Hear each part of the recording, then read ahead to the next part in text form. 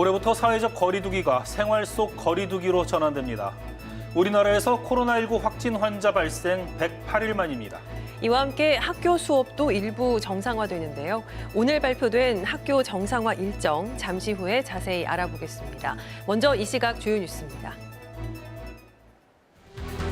정부의 긴급재난지원금이 우선 생계가 어려운 취약계층을 대상으로 오늘부터 현금으로 지급되기 시작했습니다. 오는 13일 고등학교 3학년을 시작으로 다음 달 1일까지 일주일씩 순차적으로 초중고등학교와 유치원이 등교 수업에 들어갑니다. 오는 6일부터 사회적 거리두기가 생활 속 거리두기로 완화됨에 따라 각종 다중이용시설이 6일 문을 열 준비를 하고 있습니다. 대전도시공사가 유성복합터미널 용지 매매 계약을 해지하고도 소송 때문에 이러지도 저러지도 못하고 있습니다. 10년간 아무것도 이루지 못한 것에 대한 책임론이 거세지고 있습니다. 북한이 우리 측 감시 초소에 총탄 여러 발을 발사한 것과 관련해 유엔 군사령부가 조사팀을 현장에 파견해 조사에 나섰습니다. 북측은 입장을 밝혀달라는 우리 측 전통문에 아무런 답을 하지 않고 있습니다. 코로나19 사태에 따른 정부 긴급 재난지원금 지급이 오늘부터 시작됐습니다.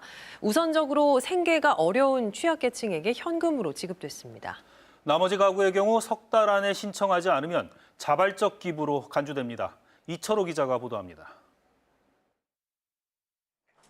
오늘부터 정부 긴급 재난지원금을 받을 수 있는 대상은 취약계층 280만 가구입니다. 세대주나 세대원 모두 생계급여나 기초연금, 장애인연금 등을 받고 있는 가구가 대상입니다. 별도로 신청할 필요 없이 기존 복지급여를 받는 계좌에서 입금 여부를 확인하면 됩니다. 1인 가구 40만 원, 2인 가구 60만 원, 3인 가구 80만 원, 4인 이상 가구는 100만 원이 현금으로 지원됐습니다. 나머지 가구는 카드나 지역사랑 상품권, 선불카드 중 하나를 선택해 지원금을 받을 수 있습니다. 신용카드나 체크카드는 11일부터 카드사 홈페이지를 통해 18일부터는 카드사와 연계된 은행 창구에서 신청하면 됩니다. 지역사랑 상품권과 선불카드는 18일부터 주민센터나 지역 마을금고에서 신청을 받습니다. 긴급재난지원금은 가구원을 대표해 세대주에게 지급됩니다. 내가 세대주인지 또 지원금 대상인 가구원은 몇 명인지는 오늘부터 긴급재난지원금 사이트에서 조회할 수 있습니다. 조회와 신청 모두 혼잡을 막기 위해 공적 마스크 구입 때처럼 세대주 출생연도 끝자리를 기준으로 오부제가 적용됩니다. 현금이 아닌 긴급재난지원금은 8월 31일까지 사용하지 않으면 소멸됩니다. 신청 단계에서 또는 수령 후 근로복지공단을 통해 기부도 가능합니다. 석 달 안에 신청하지 않아도 기부로 간주됩니다. 기부금은 고용보험기금 재원으로 투입되어 고용안정, 직업능력개발사업, 실업급여 지급 등에 사용될 예정입니다. 긴급재난지원금을 기부하면 금액에 따라 연말정산 때 세액공제를 받을 수 있습니다. KBS 뉴스 이철호입니다. 정부가 초중고교와 유치원의 등교 수업 일정을 발표했습니다.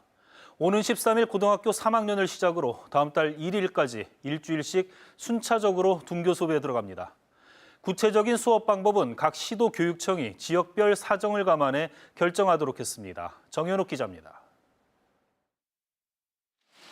정부가 생활 속 거리두기 전환과 연계해 학교별 등교 수업 일정을 발표했습니다. 가장 먼저 진로와 진학 준비가 시급한 고등학교 3학년이 오는 13일 우선 등교합니다. 일주일 뒤인 20일에는 고등학교 2학년과 중학교 3학년, 초등학교 1, 2학년과 유치원생이, 27일에는 고등학교 1학년과 중학교 2학년, 초등학교 3, 4학년이 등교합니다. 마지막으로 다음 달 1일 중학교 1학년과 초등학교 5, 6학년이 등교를 시작합니다. 교육부는 학교 내 방역 준비와 밀집도 최소화를 통한 감염증 예방을 위해 중고등학교는 고학년부터, 초등학교는 저학년부터 일주일 간격으로 등교한다고 설명했습니다. 교육부는 구체적인 등교 수업 방법은 각 시도교육청과 학교가 자율적으로 결정하도록 했습니다. 이에 따라 학년 학급별 시차 등교, 원격 수업과 등교 수업의 병행 운영 여부 등 구체적인 학사 운영 방법은 학교별 여건에 따라 달라질 것으로 보입니다. 또 특별 광역시를 제외한 재학생 60명 이하 소규모 초중학교는 오는 13일부터 등교 수업을 하도록 했습니다. 앞서 교육부가 교원과 학부모들을 대상으로 등교 수업에 대한 의견을 조사한 결과 교사의 83%가 학교 학년별 단계적 등교에 동의했고 교사의 77%, 학부모 85%가 고3과 중3 우선 등교에 동의한 것으로 나타났습니다. 교육부는 이 같은 조사 결과를 바탕으로 시도교육감회의와 관계부처, 방역당국과의 협의를 통해 최종안을 확정했다고 밝혔습니다. KBS 뉴스 정현욱입니다. 이렇게 다음 달 1일까지 이어지는 순차적 등교 일정에 따라 각 시도교육청은 철저한 방역 조치로 불안감을 해소하기로 했습니다. 조영호 기자입니다. 등교 수업이 결정된 고3 학생은 대전과 세종, 충남에서 모두 3만 6천여 명. 지난달 9일부터 진행 중인 온라인 수업을 마치고 오는 13일부터는 정상적인 학교 생활을 시작하게 됩니다. 정상적인 학사 일정을 위해 마침내 교육부가 등교 개학을 결정했습니다. 특히 대입을 앞둔 고3의 경우 더 이상 등교 수업을 미루게 되면 학생부 준비 등 진로 진학에 차질이 생길 수 있다는 판단입니다. 진로와 진학 준비 등 현실적인 여건을 고려해서 5월 연휴 기간 후 7일이 경과한 시점부터 등교 수업이 가능하다는 결론을 내렸습니다. 이미 고3 교실 등 학교 전체의 방역이 진행 중이지만 감염 예방은 여전히 최대 관건입니다. 손 소독제와 체온계 등 방역 물품 비치는 이미 끝났고 등교 수업에 대비한 열화상 카메라 발열 체크 준비도 마무리됐습니다. 여기에 학생 간 거리 유지를 위해 교실 내 책상도 재배치하게 됩니다. 평소에는 둘씩 이렇게 앉아 있는 상태였지만 학교 시험 보는 형태로 띄워서 최대한 간격을 이격해서 사람 간 접촉이 가능한 적도록 추진하도록 하겠습니다. 2달 넘는 오랜 기간 끝에 친구와 선생님을 보고 대면 수업도 할 수 있게 됐지만 그만큼 학교 현장의 철저한 방역과 위생수칙 준수가 절실해지고 있습니다. KBS 뉴스 조용입니다. 네, 그럼 취재 기자와 조금 더 자세한 이야기 나눠보도록 하겠습니다. 집중 분석 보도국 박병준 기자 나와 있습니다. 네, 박 기자 앞서 리포트에서도 보기는 했는데 이제 학년별 등교 일정 어떻게 되는 건지 다시 한번 좀 정리 부탁합니다. 네, 예상됐던 대로요. 학사 일정 소화가 가장 급한 고3 학생들부터 등교하는 게 결정이 됐습니다. 자세한 내용은 좀 표를 보면서 말씀을 드리겠는데요. 고3 학생의 등교 일자는 앞으로 9일 뒤인 다음 주 13일로 발표가 됐고요. 그로부터 일주일 뒤인 20일에 고2와 중3, 또 초등학교 2, 3학년 그리고 유치원생들이 등교를 시작합니다. 그로부터 또 일주일 뒤인 27일에는 그 고1과 중2, 초등학교 3, 4학년이 등교를 하게 되고요. 마지막으로 다음 달 1일에 중학교 1학년과 초등학교 5학년, 6학년이 등교하는 것으로 발표가 되었습니다. 정리를 해보면 다음 달 1일이면 이제 초중 고등학교 모든 학생들이 등교를 해서 수업을 듣게 됩니다. 네, 드디어 이제 등교 수업이 이제 거론되기 시작했는데 이게 그 등교 수업 가장 걱정되는 점이 일단 학생들이 등교한 후에 그 학생 중에 코로나 환자가 발생할 경우 또 일이 좀 더 다시 커질 수 있지 않습니까? 그렇죠. 이럴 경우 어떻게 되는 겁니까? 현재 세부 지침은 좀 발표가 되지 않았거든요. 네. 하지만 그 대전교육청의 경우에 학생이나 교사 중에 확진자가 나오면 방역 당국의 진단 후에 다시 온라인 수업으로 전환할 계획을 세우고 있습니다. 아마 다른 교육청들도 크게 다를 건 없을 것 같은데요. 학생 한 명이 발생할 경우에 지역사회 집단 감염으로 이어질 수 있기 때문에 방역에 철저히 하겠다라는 입장도 내놨습니다. 그래서 대전의 경우에는 모든 초중고등학교에 열화상 카메라 300여 대를 설치해서 모든 등교생의 발열 여부를 검사하고 또 등교 수업 첫날에 학생 1인당 2장씩 면 마스크를 나누어 준다는 계획도 내놨습니다. 또 학교 재량껏 수업 시간과 등하교 시간을 조정할 수 있도록 해서 점심시간에 학생들이 그 모이는 숫자를 최소화한다라는 방침도 내놨습니다.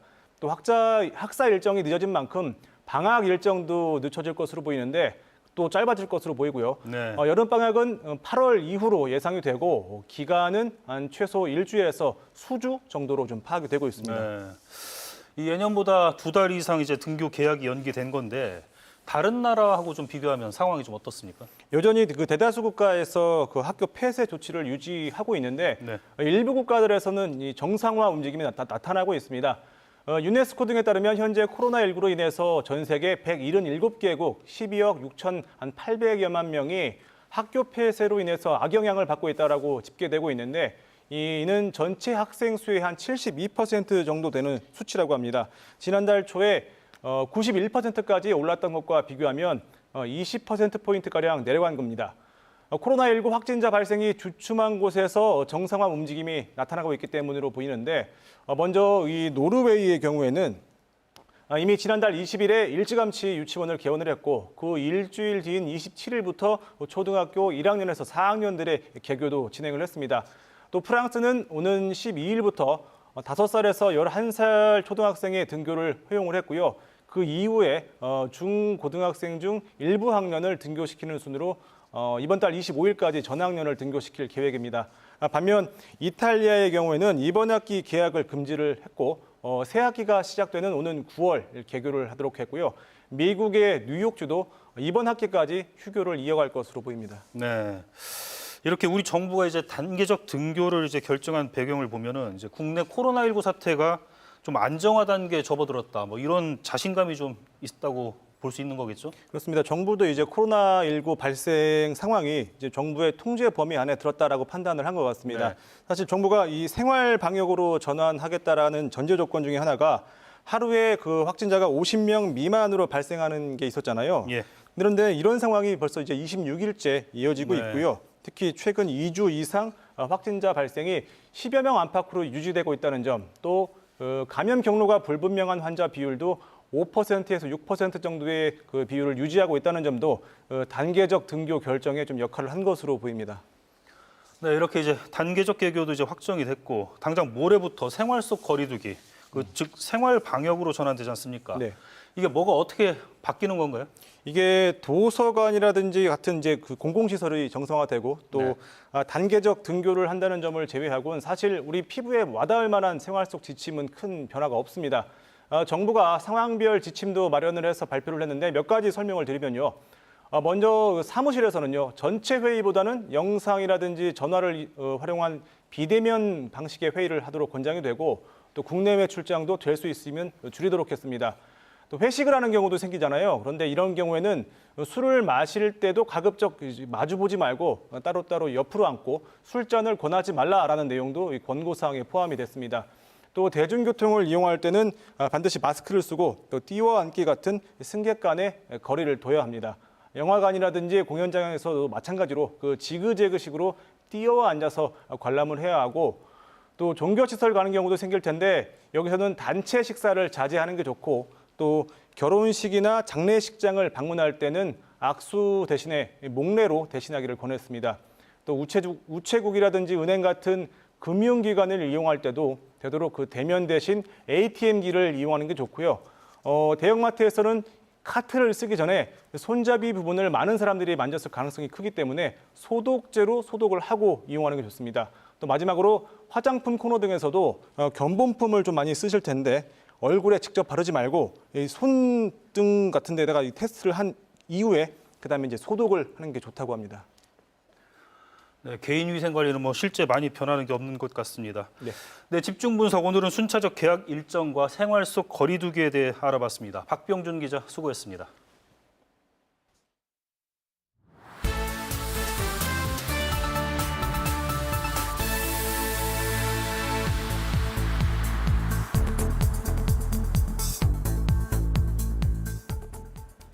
어린이날이 지나면 이제 사회적 거리두기가 생활 속 거리두기로 완화됩니다. 이에 따라 다중이용시설 대부분이 곧 재개장 준비에 들어갑니다. 백상현 기자입니다. 커다란 유리온실 속 열대 식물원입니다. 온실안은 온도가 높은 데다 환기도 잘 안 돼 코로나19 감염 확산 우려로 그동안 문을 닫았지만 오는 6일 재개장합니다. 사회적 거리두기가 생활 속 거리두기로 오는 6일부터 완화되면서 최소 1m 이상 거리두기, 열 측정 등 방역대책본부의 지침을 지키는 가운데 다시 문을 여는 겁니다. 대전시립미술관도 관람객을 맞을 준비를 하고 있습니다. 아직 전시 중단을 알리는 안내문이 붙어 있는데요. 하지만 오는 6일부터는 다시 일부 전시가 열려 1시간에 50명이 관람할 수 있습니다. 징검다리 연휴를 맞은 시민들은 아직 조심스럽지만 거리두기 완화 예정 소식에 오랜만에 바깥바람을 쐬며 야외 활동을 즐겼습니다. 야외 활동과 함께 소비 진작을 위한 긴급 재난지원금도 지급이 시작됐습니다. 기초연금 수급자 등 대전 7만여 가구, 세종 8천여 가구, 충남 15만여 가구가 우선 지급 대상입니다. 저한테는 굉장히 큰 돈이고요. 아이들이 너무 밖에 못 나가서 주로 이제 외출할 때 많이 도움이 될 것 같아요. 뭐 외식을 한다거나. 이들을 제외한 시민은 오는 11일부터 카드사나 은행 영업점에 신청할 수 있고 18일부터는 주민센터에서 선불 카드나 상품권을 신청할 수 있습니다. KBS 뉴스 백상현입니다. 이렇게 오는 6일부터 생활 방역으로 전환하는 우리나라와 달리 일본은 긴급 사태가 이달 말까지 연장됩니다. 첫 긴급 사태가 발령된 이후 한 달도 채 지나지 않아 확진자 수가 3배 넘게 증가했기 때문입니다. 도쿄 황현택 특파원입니다. 아베 총리가 일본 전역에 선언한 긴급 사태를 이달 말까지 유지하기로 했습니다. 오는 6일이었던 시한을 25일 더 연장한 겁니다. 코로나19 신규 확진자가 여전히 목표치에 도달하지 못했고 여기에 의료 현장의 어려움도 계속되고 있다는 이유에서입니다. 感染者の減少も十分なレベルとは言えない。引き続き医療提供体制が逼迫している地域も見られる。 실제로 첫 긴급 사태 선언 당시 일본의 누적 확진자는 4,400여 명. 하지만 현재 15,000명을 넘어 3배 이상 증가한 상태입니다. 일본 정부는 휴업 요청에 응하지 않는 유흥시설 등에 대해서도 벌칙 조항을 검토하겠다고 밝혔습니다.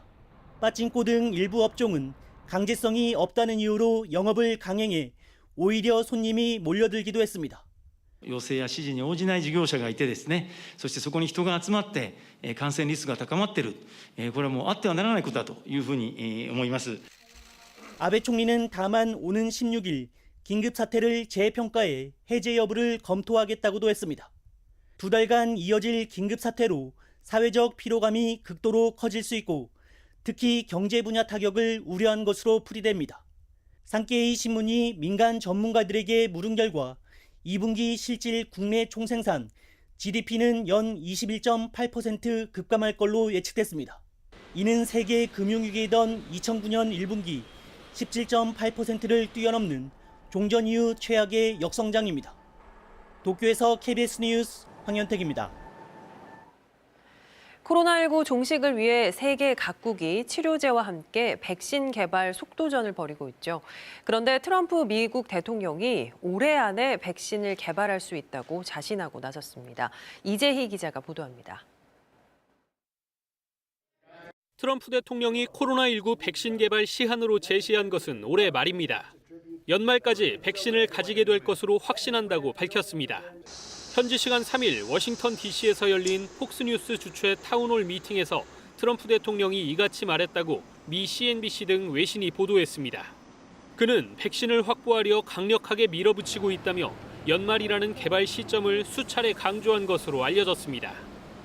지난주 파우치 미 국립알레르기 전염병 연구소 소장이 밝혔던 백신 양산 시점 내년 1월보다 기한을 더 앞당긴 겁니다. 앞서 파우치 소장은 내년 1월까지 백신 수억 개 생산이 가능할 것 같다고 말한 바 있습니다. That's an assumption that it's going to be safe, that it's going to be effective, and that we're going to be able to do it quickly. I think each of those are not only feasible but maybe likely. 현재 세계보건기구가 임상시험 승인을 받아 백신을 개발하고 있다고 밝힌 곳은 중국과 미국, 영국, 유럽 합동의료진 등입니다. 이 가운데 미국이 가장 먼저 양산 시점을 언급한 데 이어 대통령까지 나서 더 빠른 일정을 제시한 상황. 하지만 재선 스케줄을 맞추려는 트럼프 대통령의 정치적 발언일 수 있다는 지적도 나옵니다.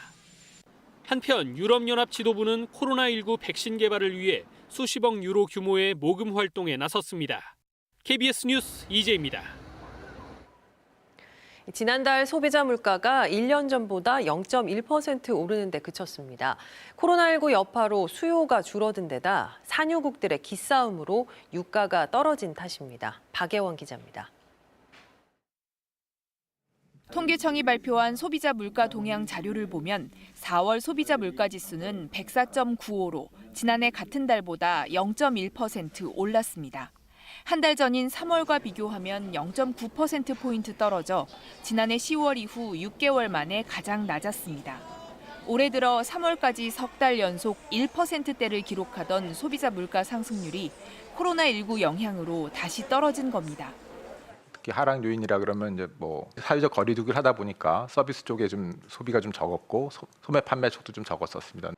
석유류 가격이 6.7% 떨어져 전체 물가 상승률을 끌어내렸고 고교 무상교육이 2학년까지 확대되면서 납입금이 64% 줄어든 것 역시 지난달 소비자 물가 하락에 영향을 줬습니다.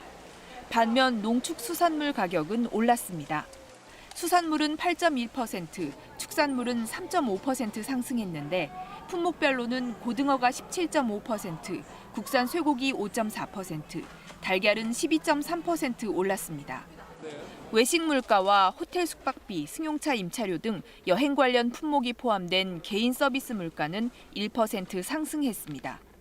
일시적 충격에 따른 물가 변동분을 뺀 농산물 및 석유류 제외지수, 즉 근원 물가 상승률은 0.3% 상승해 1999년 9월 이후 20년 7개월 만에 가장 낮았습니다.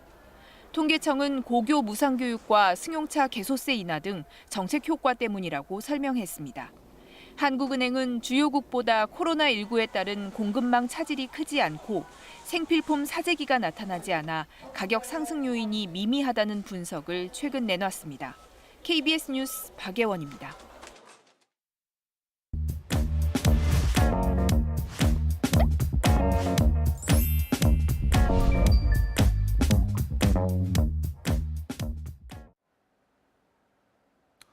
우리 사회를 둘러싼 다양한 문제들에 대해 현장에서 답을 찾는 우문 현답 시간입니다. 오늘은 도안 신도시 빈집 실태를 짚어볼 텐데요. 쾌적한 주거 여건으로 대전 부동산 시장을 견인하고 있는 이곳에 700가구가 넘는 빈집이 방치되고 있다고 합니다.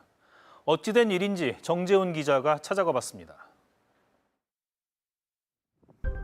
지난해 분양한 대전 아이파크 시티. 전용 면적 84제곱미터의 공급 가격이 5억 원을 넘기며 초고 분양가 논란이 일었습니다. 이미 지어진 아파트들도 사정은 마찬가지입니다. 대전도시공사가 공공 분양한 도안신도시 9블록 트리플시티 아파트가 최근 12억 원에 실거래됐습니다. 불과 3년 전 6억 원대이던 아파트가 2배 이상 오른 겁니다. 이처럼 우리 지역에 부동산 투기 광풍이 몰아치고 있는 겁니다. 아파트로 가득한 신도시지만 가로등 불빛만 보일 뿐 민가에서 새어나오는 불빛은 찾아볼 수 없었습니다. 신도시에 방치된 빈집, 어떤 상태인지 안으로 들어가 봤습니다. 대다수 빈집이 문이 열려 있고 내부에는 쓰레기 투성입니다. 우편물에 안 찾아간 고지서들이 가득 쌓여 있으니까 사람이 안 산 지가 몇 년은 된 것 같은데요. 엄청 많은데 이거? 네. 바닥에 지금 우편물로 엄청 깔려 있습니다. 네, 엄청 무기네. 이게 수도 계량기가 지금 떼어져 있는 거 보니까 사람이 아예 살질 않은 거라고 확실하게 보여지는 거네요. 원래 여기 수도 계량기가 있어야 되는 건데. 통신 전기 단자함인데 전력 단계를 측정하는 건데 이게 지금 한전에 설치한 건데 다 0이라고 표시되어 있는 거 보니까 사용량이 없는 거죠. 원래 이게 계속 메타가 돌아가고 있어야 되는 건데 아무도 안 산다는 거죠, 이게 지금. 그런데 이곳에 방치된 빈집, 무려 725가구가 존재하는 것으로 확인됐습니다. 신도시와는 거리가 먼 얘기인 줄 알았는데 실제로 벌어지고 있는 일이었습니다. 이곳에 사는 주민들을 직접 만나봐야겠습니다. 네, 안녕하세요. 저 KBS 정재훈 기자입니다. 사시는데 불편함이 많으실 것 같은데 좀 얘기를 좀 들을 수 있을까요?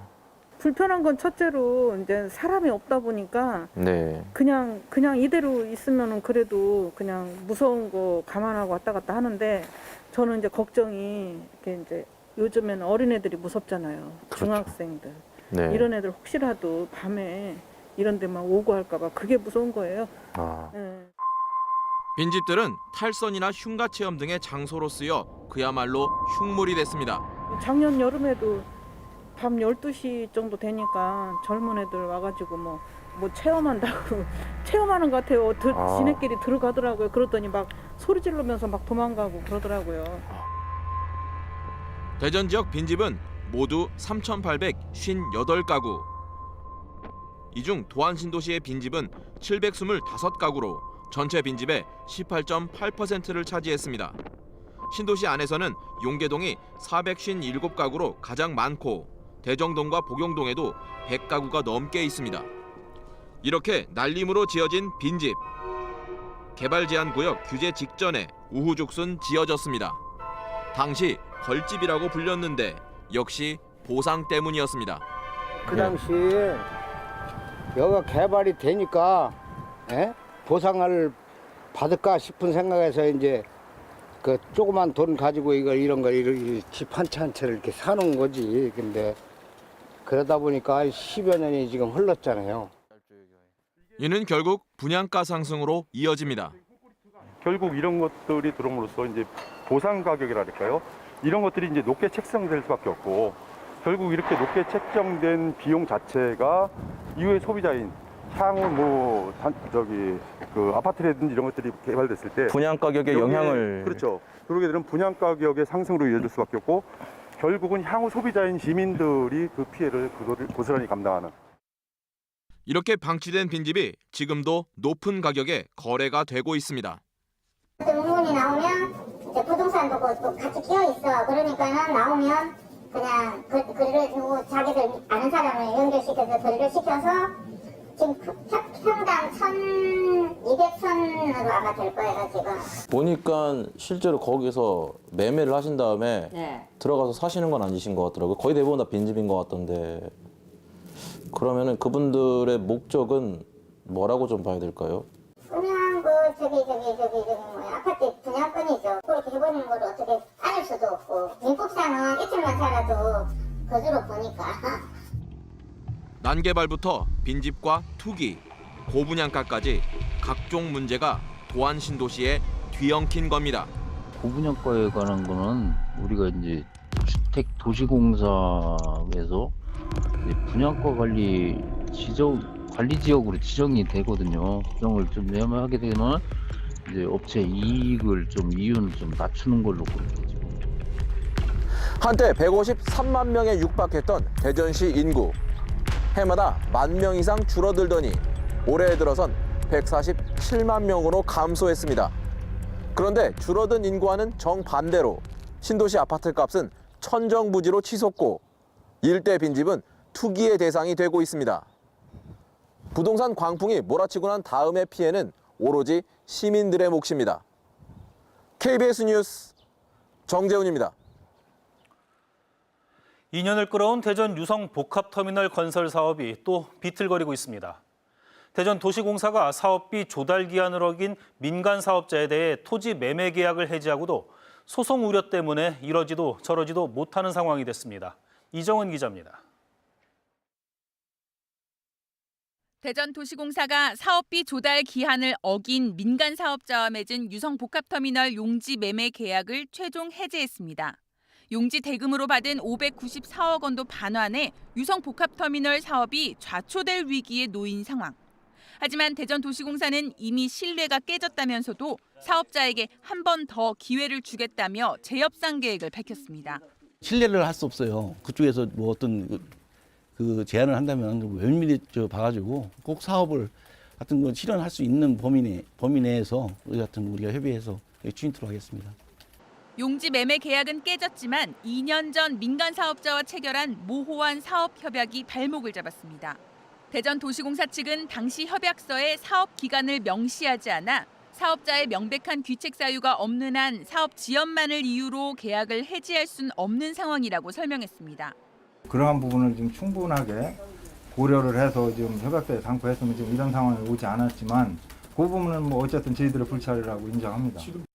이 때문에 대전도시공사는 이미 지난 1월까지였던 사업비 조달 기한을 석 달 연장해줬고 이번에 추가 기한을 어겼는데도 또다시 재협상에 나서야 하는 처지가 됐습니다. 결국 대전도시공사의 재협상 발표로 대전 유성복합터미널 사업이 또다시 기약 없이 미뤄지게 돼 대전시 행정력에 대한 비판이 커지고 있습니다. KBS 뉴스 이정은입니다. 그간 북한 김정은 위원장의 건강 이상설을 주장해온 태영호, 지성호 당선인이 결국 사과했습니다. 민주당은 이들의 행태를 강력 비판하며 상임위 배정 문제도 거론했습니다. 미래한국당은 개인 의견일 뿐이라고 선을 그으면서 북한의 남측 초소 총격에 대한 우리 군과 정부의 대응을 질타했습니다. 안다영 기자입니다. 오늘 아침 민주당 공개회의에서 태영호, 지성호 당선인에 대한 비판이 쏟아졌습니다. 이해찬 대표는 두 당선인의 경솔한 발언과 일부 언론 대응이 개탄스러운 수준이라고 했습니다. 개탄스러운 상황이 아직도 계속되고 있다는 점에 대해서 많은 우려를 표명을 하고 있습니다. 앞으로 이런 일에 대해서도 당이 적극적으로 대응을 하도록 하겠습니다. 다른 최고위원들은 사과와 함께 이들에 대한 소속 정당 차원의 징계까지 요구했습니다. 일각에선 상임위원회 배정 문제도 거론했습니다. 민주당 윤건영 당선인은 상임위에서 이런 일들이 반복된다면 국격의 문제라고 지적했고, 김부겸 의원은 국방이나 정보위에서 두 당선인 배제를 통합당과 미래한국당이 요청했습니다. 논란이 확산되자 태영호, 지성호 당선인은 잇따라 입장문을 내고 무거운 책임감을 느낀다며 사과했습니다. 미래한국당은 북한의 무력 도발을 둘러싼 정부 대응을 문제 삼았습니다. 원유철 대표는 우발적 무력 도발은 도발이 아니냐며 우리 군과 정부는 북한군 감싸기에 급급했다고 비판했습니다. 우리 군장병들에게 사상자가 생겨났다 하더라도 우발적 도발이면 우리 정부와 군은 내 탓이오라고 넘어갈 것입니까? 또 윤상현 외통위원장은 북한의 GP 조준 사격은 김정은의 정치 메시지인데 우리 합참의 적군 엄호는 황당하다 못해 서글프다고 말했습니다. KBS 뉴스 안다영입니다. 북한이 어제 우리 측 감시 초소 GP에 총탄 여러 발을 발사한 것과 관련해 유엔군 사령부가 조사팀을 현장에 파견해 조사에 나섰습니다. 우리 군 역시 북한군의 의도 등을 조사하고 있는데 북측은 입장을 밝혀달라는 우리 측 전통문에 아직 아무런 답을 하지 않고 있습니다. 윤보미 기자가 보도합니다. 북한이 어제 중부전선에 있는 우리 군 감시초소 GP에 총탄을 발사한 것과 관련해 유엔군 사령부가 조사에 들어갔습니다. 유엔사 관계자는 군사정전위원회가 오늘부터 북한이 정전협정을 위반했는지 등을 조사한다고 밝혔습니다. 유엔사는 통상 비무장지대 내에서 충돌이 발생할 때 조사를 벌이는데 군정위는 탄은과 탄두가 발견된 비무장지대 한국군 GP에 조사팀을 보내 현장 조사를 할 것으로 알려졌습니다. 앞서 합동참모본부는 어제 오전 7시 40분쯤 중부전선 DMZ 내 우리군 GP 외벽에서 총탄 4발의 탄은과 탄두 등을 발견했다고 밝혔습니다. 우리군은 이에 대응해 10여 발씩 2차례 경고 차원의 사격을 했고 현재 상황이 정전협정 위반이라는 내용의 경고방송을 했습니다. 군 당국은 또 남북 장성급 군사회담 우리 측 수석대표 명의로 대북 전통문을 보내 강력히 항의하고 북한 측의 입장 표명도 요구했습니다. 하지만 북측은 지금까지 아무런 답을 하지 않고 있다고 국방부는 밝혔습니다. 군 당국은 이번 사건을 북한이 지난해 11월 창린도에서 해안포 사격을 벌인 데 이어 두 번째로 9.19 군사합의를 위반한 것으로 규정하고 북한의 의도 등을 분석하고 있습니다. KBS 뉴스 윤봄입니다. 새 부리를 닮은 새조개는 서해안의 대표적인 별미지만 해마다 어획량이 급감해 이제는 맛보기가 쉽지 않은데요.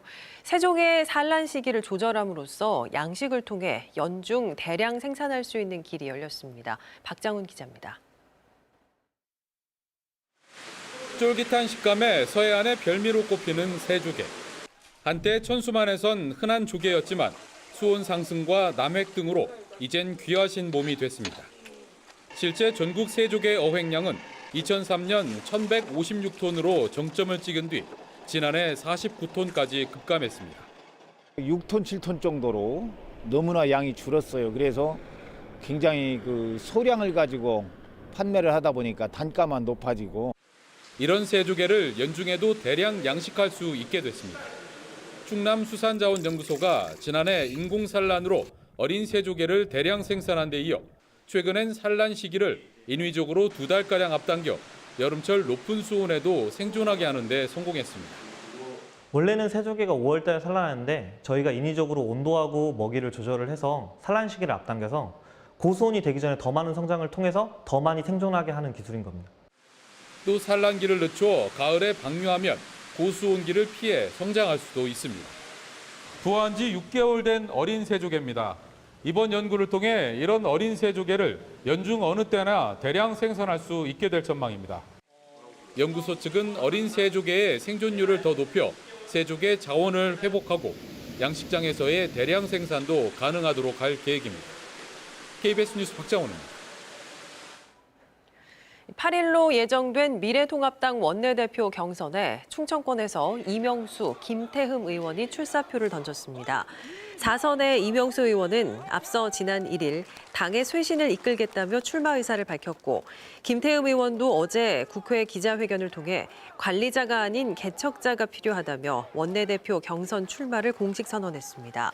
이 밖에 통합당 원내대표 경선에 오늘 주호영 의원이 출마를 선언하는 등 6일 후보 등록 전까지 중진 의원들의 출마 선언이 잇따를 전망입니다. 문화재청이 경부고속도로 대전 6교와 세종 부강성당을 문화재로 등록 예고했습니다. 1969년 경부고속도로의 시설물로 건설된 대전 6교는 현재는 폐쇄됐지만 건설 당시 국내 최고 높이의 아치 교량으로 근대기 토목기술 역량을 보여준다는 점에서 가치를 인정받았습니다.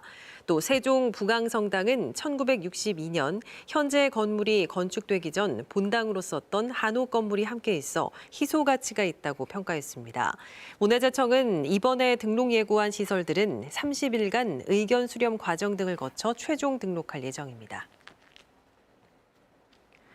오늘 오전 8시 반쯤 예산군 예산읍 예산시장 인근 도로에서 63살 윤모 씨가 몰던 5톤 청소 화물차가 마주오던 SUV 차량과 부딪힌 뒤 바로 옆 상가로 돌진하는 사고가 났습니다. 이 사고로 윤 씨가 경상을 입고 병원으로 옮겨졌으며 경찰은 정확한 사고 경위를 조사하고 있습니다. 뉴스 시작할 때 모레부터 생활 속 거리 두기가 시행된다고 말씀드렸는데 일단 어린이날인 내일까지는 사회적 거리 두기를 지키셔야 합니다. 헌신적인 노력을 기울인 의료진과 외출을 극도로 자제하며 버텨온 우리 모두의 노력이 헛되지 않도록 슬기로운 방역 생활이 필요한 시점입니다. 저희는 모레 저녁에 다시 찾아뵙겠습니다. 시청해주신 여러분 고맙습니다.